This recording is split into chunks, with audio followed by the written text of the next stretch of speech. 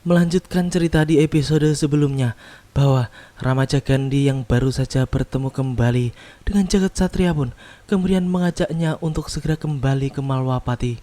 Namun, tiba-tiba Jagat Satria pun tampak kesakitan di bagian kepalanya.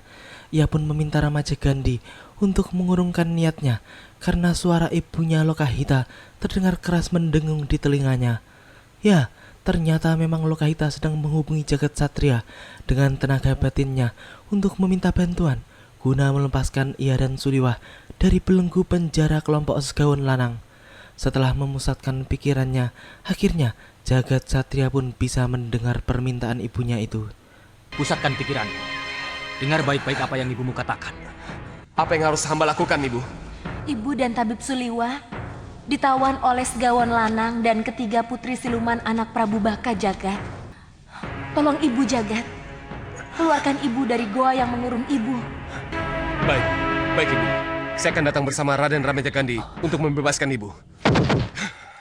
Suliwah yang mengetahui bahwa Jagat Satria akan ke tempat mereka pun tampak sangat khawatir karena ia yakin kalau Jagat Satria akan mendapat kesulitan besar jika berhadapan langsung dengan Segawan Lanang dan ketiga putrinya. Belum lagi juga ada Ki Payung Sarogo dan manusia-manusia iblisnya. Namun Lokahita pun yakin kalau putranya yang ditemani oleh Raden Ramaja Gandhi akan berhasil masuk ke gua itu dan mengalahkan musuh-musuhnya. Ternyata Ramaja Gandhi dan Jagat Satria di saat itu sedang berada tidak jauh dari gua tempat mereka ditawan.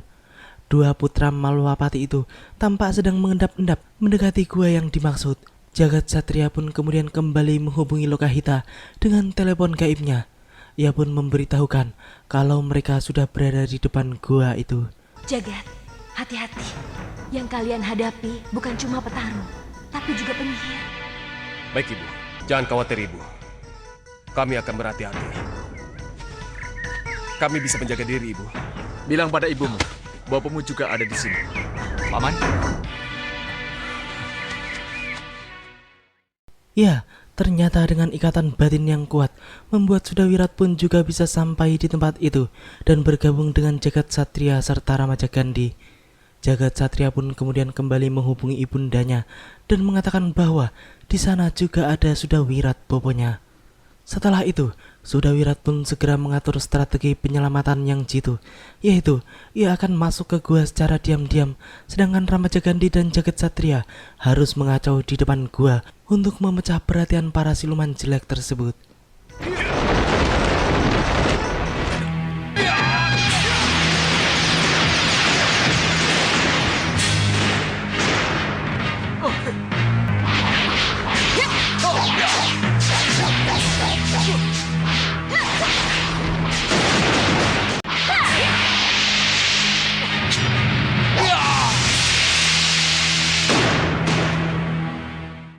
Sementara itu, Sudawirat pun secara diam-diam telah berada di dalam gua yang berukuran cukup besar itu. Dan ia juga tidak membutuhkan waktu yang lama untuk bisa menemukan tempat di mana Suliwah dan Lokahita istrinya disekap.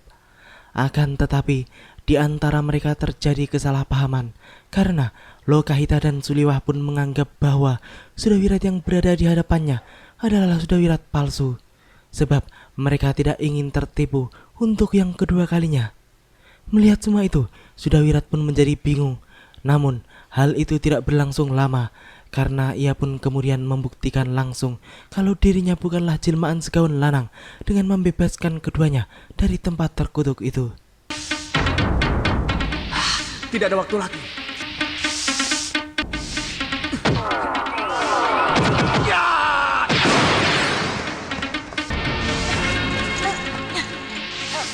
Wirat, di mana Jagat Satria dan Ramaja Gandhi? Mereka berdua bertarung di luar.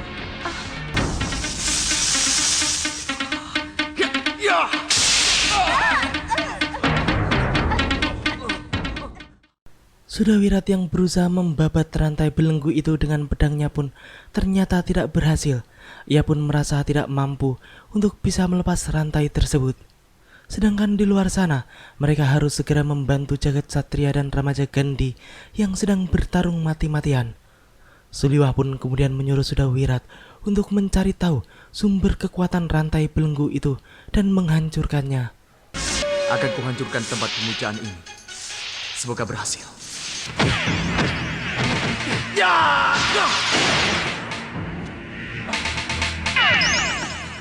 Seliwa, rantainya hilang.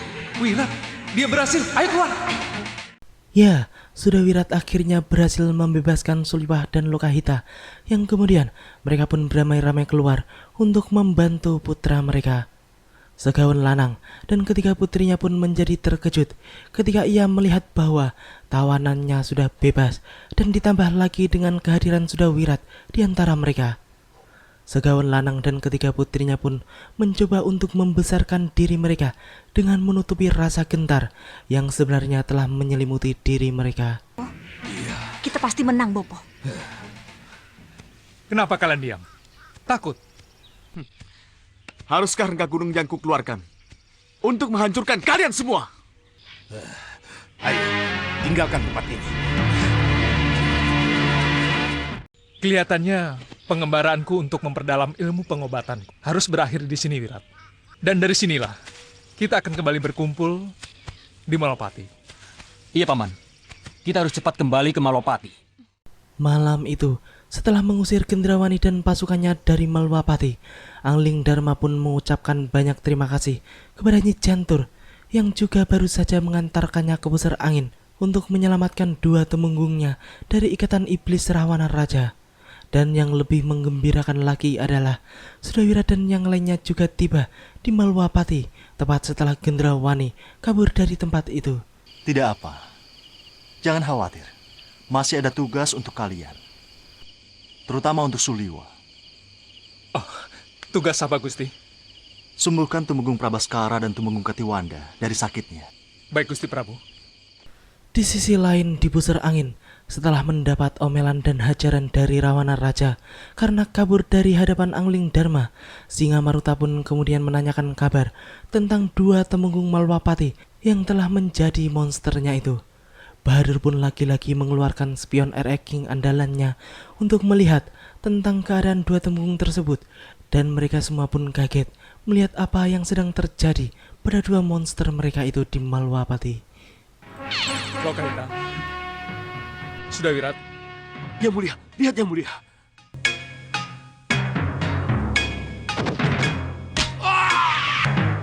Iya, tapi mereka sakit. Yang mulia tunggu. Yang mulia, lihat siapa yang datang. Bagaimana, Dewa? Batik Madrim yang baru datang ke balai pengobatan pun menanyakan tentang perkembangan dua temungnya itu kepada Suliwa. Suliwa pun kemudian menjelaskan bahwa mereka berdua terluka sangat parah dan akar tali jiwa dan daun sanggut gesanglah yang bisa menjadi obat bagi mereka. Namun, tumbuhan itu hanya ada di padepokan Gunung Kencana, tempat kediaman pria Mitra dan Padmasari. Kalau memang akar tali jiwa dan daun sanggep gesang merupakan obat satu-satunya, saya yakin Gusti Prabu pasti mengizinkan kamu pergi untuk mencarinya, Suliwa. Gusti Patih, kami akan ikut mencari kalau Gusti mengizinkan. Benar, Gusti. Kami siap berangkat. Maaf, Gusti. Bagaimana kalau saya yang menemani Paman Suliwa, Gusti? Batik Madrim pun kemudian menjelaskan bahwa mereka masih dibutuhkan Malwapati untuk menghadapi serangan Rahwana Raja. Maka dari itu, Sang Patih pun menahan Sudawirat dan Lokahita, sedangkan Suliwa dan Jagat Satria ditugaskan untuk berangkat ke padepokan Gunung Kencana. Singa Maruta yang melihat semua itu pun kemudian berjanji untuk merintangi Suliwa dan Jagat Satria agar mereka tidak akan sampai ke Gunung Kencana sampai kapanpun. Kita halangi perjalanan mereka. Tapi kita tidak bisa minta bantuan yang mulia Rahwana Raja. Kita harus berusaha sendiri. Saya punya ajian yang diberikan Rahwana Raja kepada saya. Saya akan cegat perjalanan Suliwa dan Jagat Satria. Dengan ajian yang ada, kita akan obrak-abrik Gunung Kencana. Ayo, kita harus bergerak cepat. Ayo cepat! Di setinggil Malwapati, tampak Batik Madrim sedang melaporkan kepada Sang Prabu bahwa Ramaja Gandhi memutuskan untuk tidak kembali ke Malwapati terlebih dahulu karena putranya itu memutuskan untuk pergi mencari Angling Kusuma dan Danurwenda sampai ia menemukannya. Sudawirat dan Lokahita juga membenarkan hal itu. Mereka berdua pun sudah berusaha untuk mencegahnya, namun keinginan kuat Ramaja Gandhi tidak dapat mereka bendung. Angling Dharma yang mendengar semua itu pun sangat menyayangkan karena ia sudah mendapatkan sedikit petunjuk tentang keberadaan dua putranya itu. Ya, mereka kini sedang berada di tengah perang saudara antara Parang Gubarjo dan Parang Sabrangan, dan keduanya berada di kedua belah pihak tersebut dan saling bermusuhan. Mudah-mudahan saja mereka tidak terlibat dalam peperangan itu. Tapi petunjuk itu mengatakan mereka terlibat dalam peperangan dan keduanya dalam pihak yang saling bermusuhan. Kita harus menyusul mereka. Menyusul mereka berarti kita melibatkan diri dalam perang saudara. Tidak, Dinda Prabu. Kita datang tidak untuk berperang. Tapi kita datang untuk mendamaikan mereka yang sedang berperang. Kanda benar. Alasan kita cukup kuat. Kita datang memang untuk urusan anak kita, bukan untuk mereka. Tapi bagaimana dengan Malwapati? Kalau kita berdua harus pergi. Sementara itu di padepokan Gunung Kencana sepertinya sedang terjadi pergejolakan besar, di mana mereka tengah diserang oleh busur angin. Pria mitra yang kemudian muncul pun langsung melerai pertarungan itu dan menanyakan tentang keperluan orang-orang busur angin itu mengacau di tempatnya. Ternyata orang-orang busur angin itu sedang mencari akar tali jiwa dan daun sanggep gesang yang dirinya sendiri tidak mengetahui tentang keduanya. Singa Maruta dan pasukannya pun kemudian muncul juga di tempat itu dan mengancam akan menghancurkan padepokan tersebut jika pria mitra dan Padmasari tidak mau menunjukkan di mana dua barang yang dicarinya itu. Padahal memang pria mitra benar-benar tidak mengetahui tentang barang-barang yang dicari oleh Singa Maruta itu. Di mana akar tali jiwa dan daun sanggep gesang berada? Kami tidak tahu. Bohong! Kami tidak tahu. Dasar pembohong! Hancurkan mereka! Siap!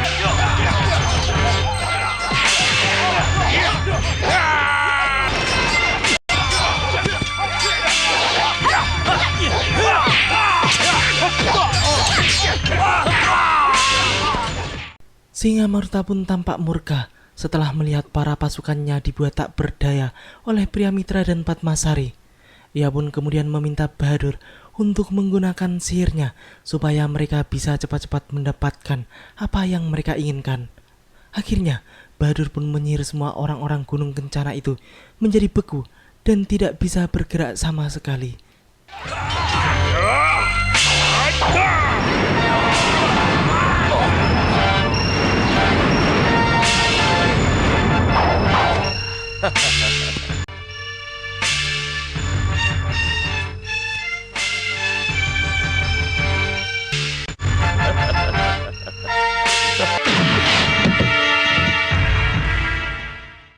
Setelah itu, mereka pun segera menuju tempat penyimpanan pusaka dan obat-obatan Gunung Kencana.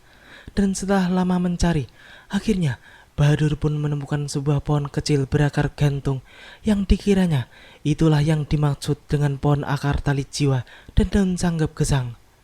Mereka pun benar-benar yakin bahwa memang tanaman itulah yang mereka cari, karena jika dilihat dari bentuk dan warna daunnya, pohon itu sangat pantas disebut sebagai pohon akar tali jiwa dan daun sanggep gesang.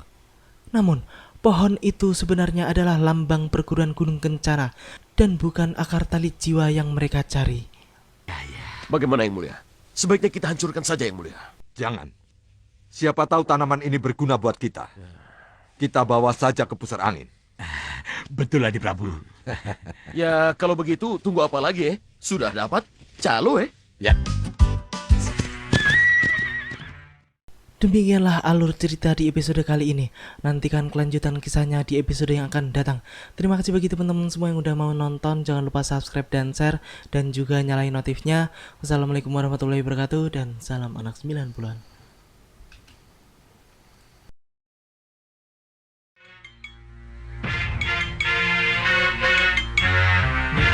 Itu Teguh dan murid-murid padepokan, Nyi. Itu Pramitra dan Padmasari. Kenapa bisa begini, Nyi? Apa maksud semua ini?